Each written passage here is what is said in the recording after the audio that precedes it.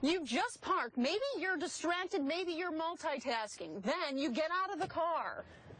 Well, once you get out and you close this door and walk away, this car in 10 minutes, it can get up to 125 degrees inside, which means whoever you left in the back seat, well, it may not end well. It's scary in your mind that you will. Like most moms, Kirsten Seymour is juggling a lot each day. 2 children under the age of 5 and a family pet.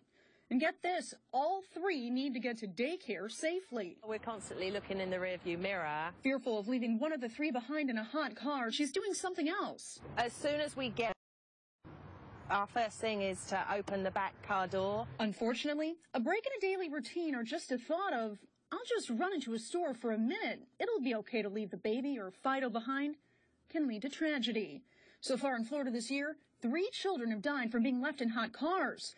And under Florida law, it's a crime to leave children under the age of 6 in a car for any length of time if they're in distress or their health is at risk. Heat stroke is when the body heats up to an extreme amount and it can't cool itself down. And that's quite often what's happening when these children are left in cars. With it being National Heat Stroke Day, officials from 4 groups gathered in Pinellas County to discuss the dangers of leaving children and pets in hot cars.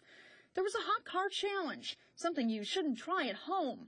But with our overcast weather, temperatures inside the car weren't rising that rapidly. But that doesn't mean danger isn't lurking. On a day like today, hey, it's cloudy right now. I'm just going to run into Publix for a second.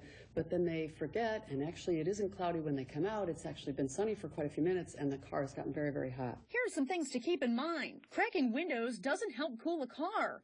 Temperatures can reach 125 degrees in just minutes, with 80% of the temperature increase happening in the first 10 minutes. Infants and toddlers are the most at risk for heat stroke, and a child's organs begin shutting down when their temperature reaches 104 degrees. Heat stroke affects all of the body's organs. Unfortunately, the brain, the heart, the liver, the lungs, the kidneys, all are affected by this. And the same goes for your furry children. Unable to sweat like humans, they rely on panting to keep cool. Heat stroke symptoms in pets include restlessness, excessive thirst, thick saliva, heavy panting, lethargy, lack of appetite, a dark tongue. And just like children, pets are protected under Florida law, too.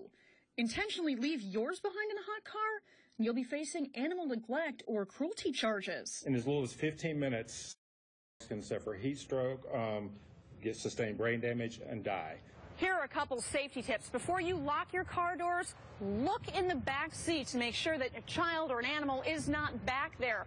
Also, if you drop your kid at childcare, well, develop a safety plan with your childcare provider so if your child doesn't show up when expected, they call you. And as for your animals, well, if you don't have to, don't take them with you. For the Now Tampa Bay, I'm Jacqueline Inglace.